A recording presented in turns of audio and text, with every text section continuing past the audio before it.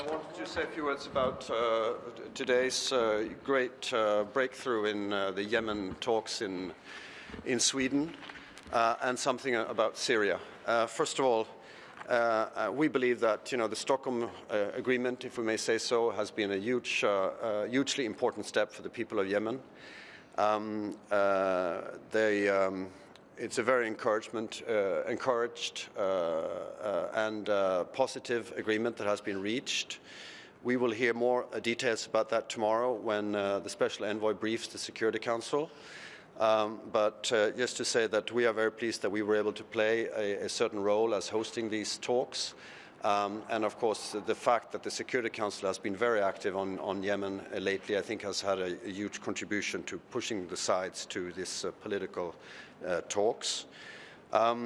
There has been a very serious commitment shown by the sides. There has been a very good spirit of dialogue shown by both. And I think that, together with the commitment and dedication of the Special Envoy and the presence of the Secretary General, has contributed to this outcome. As you know, there has been agreement on the Hodeidah port and the city, which will see a mutual redeployment of forces from the port and the city, and the establishment of a government-wide ceasefire. There has been progress on issues such as the situation in Taiz, hopefully leading to an opening of humanitarian corridors.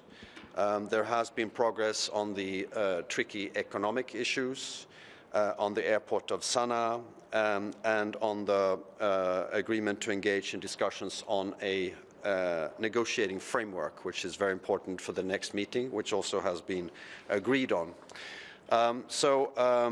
The next steps, Sweden would be happy if we could endorse what has been agreed through a Security Council resolution, so as to be able to move forward with the full backing of the Security Council, and we hope that that will be possible.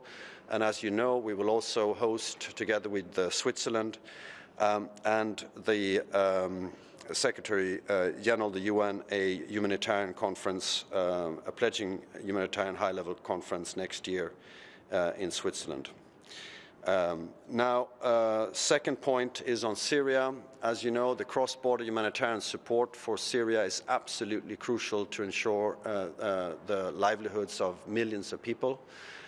We have put on the table a resolution together with Kuwait that will be voted on later on today, and we are hopeful that this will be approved, as I think everyone on the Council understands the need for this resolution. The situation, of course, has changed much over the last year, but the humanitarian needs remain enormous in that country, and this resolution is about ensuring humanitarian access through the most direct routes to ensure that assistance reaches as many people as possible in need throughout the country. Yeah. Do you have any details on what role the UN is going to play in running the port? And there seems to be discussion about some sort of neutral force. Is that going to be like a monitoring force, a peacekeeping force? What involvement do you think the Security Council is going to have on that? Let's see. And I think we'll hear the envoy's briefing tomorrow, and I think we'll have to go from there when it comes to the the UN's involvement further on. Thank you. Is that going to be an open briefing tomorrow? Yes. Yeah. Okay. Syria and specifically on the borders, Turkish-Syrian border, yeah. Turkey seems to be preparing a new military operation against the US-backed Kurdish forces on the border, and there has been some military movement in the past 24 hours. Do you have any comments about that? Look, our focus today is really on the humanitarian situation. We'll have a discussion on it later on, and we've been working really hard the last week to get this resolution through, so that is our focus. And then we'll have to look at the information that you're providing separately. Ambassador, how would you characterize what's been achieved here today in terms of your expectations? You mean in Yemen? Yeah, in terms of the deal. Would you say this is a good first step, or is this a breakthrough? I think it's a breakthrough.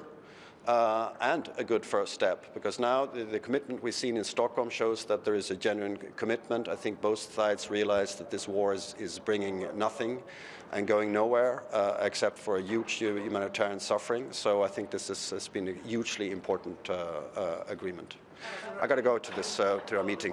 Timing of on this resolution in Yemen? Will you propose it tomorrow? No. We'll see. We'll listen to the envoy again tomorrow, and we'll take it from there. All right. Iran. Yesterday, Secretary Pompeo made several proposals that need Security Council action. Are the Americans, have they indicated that they're planning to put forward a draft resolution on what he proposed?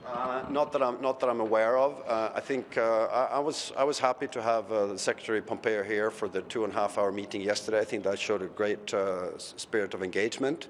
But I think he also must have picked up the fact that 14 other countries around the table are very firmly behind the JCPOA, although there exist concerns outside that agreement relating to missiles and the human rights situation. So, I think it's always like with the JCPOA, as with other international agreements, you don't leave it until you know what the alternative is. Hopefully the US will engage also on that. Thank you very much. Thank you, Ambassador.